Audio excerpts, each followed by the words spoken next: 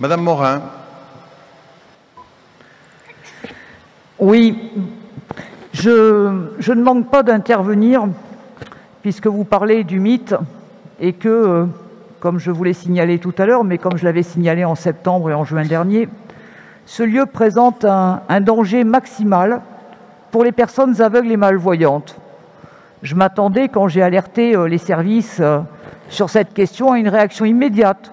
Je m'étais dit que la collectivité avait le souci des personnes aveugles et malvoyantes et qu'il y aurait donc une réaction immédiate pour éviter de les mettre en danger. Que nenni, que nenni. Donc ce magnifique établissement tout neuf a trouvé le moyen de ne pas respecter les règles d'accessibilité en ne prévoyant pas des choses pourtant fort simples, des vitropanies, c'est-à-dire des petites bandes contrastées sur les vitres de façon à ce que les malvoyants ne se prennent pas la vitre de face pensant que l'espace est libre. Ça coûte quelques centimes, mais visiblement c'est beaucoup trop pour les bénéfices de GL Events. Et autre dispositif important, c'est la protection des dessous d'escalier. Imaginez-vous un aveugle qui chemine, qui n'a aucune trace au sol qui lui permet de l'alerter sur le danger qu'il y a à passer sous un escalier. Arrive le moment où sa tête va cogner l'escalier. Est-ce qu'on attend un mort, un blessé, la mise en accusation de la collectivité qui ne pourra de toute façon pas se réfugier derrière le fait qu'elle ne savait pas ou qu'une attestation d'accessibilité a été délivrée, ceci de manière totalement indue. Donc, j'attends de la collectivité qu'elle prenne ses responsabilités et qu'elle oblige Europolia et GL Events, sans aucune attente, à protéger les dessous des escaliers. Une mesure toute simple aurait été de mettre du mobilier dessous pour empêcher que les personnes passent et que la canne des aveugles le détecte. En tout cas, je remarque que quand il s'agit de faire des millions, il n'y a aucun problème pour joindre le directeur de GL Events. Quand il s'agit de protéger les personnes aveugles et malvoyantes, la célérité n'est pas de mise. Merci. Bien, madame, nous avons eu une conversation tout à l'heure à ce sujet. Je crois même que vous en avez eu avec notre collègue Christophe Alves, qui suit attentivement toutes les questions relatives au handicap. À la suite de votre alerte, je dis en public ce que je vous ai dit en privé. Les équipes sont mobilisées, en premier lieu celle d'Europolia et évidemment le concessionnaire, GL Events, pour justement apporter des réponses précises à tous les points que vous avez soulevés. Dans les points que vous avez soulevés, certains recoupent des observations de la commission de sécurité concernée, d'autres pas.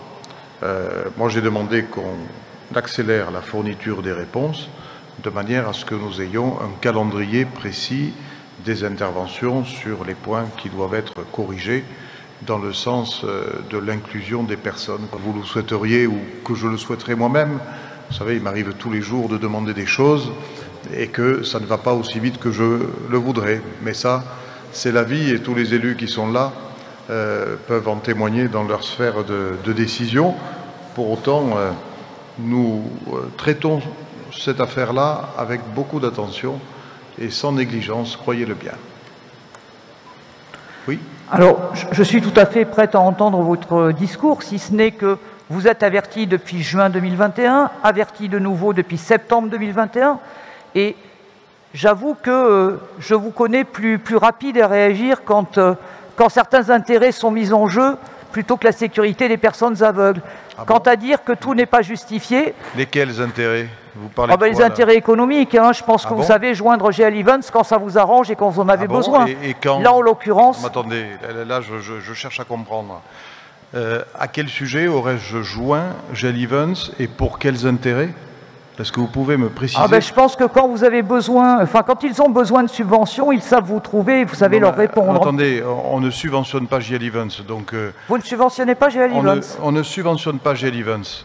Hein, pourtant, je croyais qu'il y avait des subventions qui avaient été versées pendant la crise Covid. Non, on encaisse une redevance. Oui, de laquelle vous avez déduit un certain montant pendant la crise du Covid. Dites-moi, non mais, puisque vous êtes dans la polémique, c'est malheureux d'ailleurs, hein, parce que vous partez d'une question qui est la cause des personnes porteuses de handicap.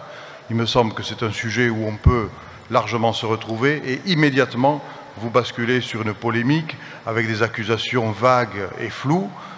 où vous n'êtes pas capable précisément de documenter votre accusation qui est grave, selon laquelle, quand certains intérêts sont en jeu, je me mobiliserai auprès d'I.G. Lievens et pas d'autres. Excusez-moi, mais vous avez le droit, évidemment, de me contredire et de me combattre. Ça, c'est normal, c'est la démocratie. Et je l'admets, et ce n'est pas un problème pour moi. Simplement, faites attention aux accusations que vous formulez. Faites attention, parce que y a des mots qui ont un sens. Et donc, avant de les prononcer, il faut bien les sous-peser. D'accord. Pour revenir à l'essentiel, quand est-ce qu'on peut espérer que les aveugles ne seront plus en danger? Vous êtes incapable de nous donner un calendrier et que celui-ci soit tenu ce coup-ci, parce que ça remonte quand même à quelques mois, là. Écoutez, quand j'aurai ce calendrier, je vous le donnerai. Je ne vais pas inventer un calendrier au micro, comme ça, là, ex abrupto, pour faire un effet de séance en concordance avec le vôtre. Enfin, moi, je vous parle de quelque chose de dangereux, monsieur le maire. Mais on est bien d'accord. Monsieur le Président, donc il y a une solution toute simple. Vous mettez du mobilier en attendant sous les escaliers pour que le danger cesse immédiatement.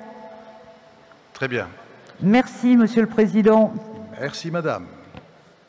Alors, je crois que Dominique Fouchier avait une précision donnée sur un aspect de la critique qui avait été faite par précédemment.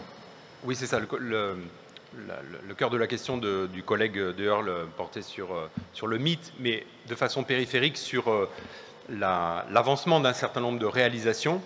Et je crois qu'il faut souligner que dans ces délibérations saisonnières que sont les comptes rendus d'activité, des zones d'aménagement, des ZAC, etc., c'est justement le moment de prendre la mesure de ce qui est réalisé, de ce qui est reporté, et c'est tout à fait intéressant de le faire. Nous l'avons fait largement en commission, mais lui dire simplement que il s'agit plutôt de report d'un certain nombre de réalisations, un hôtel, d'immobilier à caractère tertiaire par exemple. On est plutôt sur des reports et que ces reports sont liés au contexte que nous avons connu les dernières années.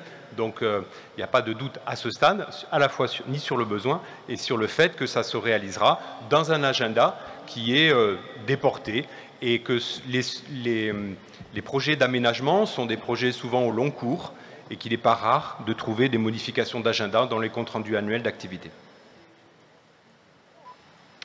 Merci. Sur ce compte rendu, donc je mets aux voix, en précisant que se déporte pour des raisons juridiques et ne participe pas au vote messieurs Karl, Latte, Rodrigue et moi-même, et mesdames Legnaud et Marty. Est-ce qu'il y a d'autres non-participations? Abstention? Vote contre? C'est adopté.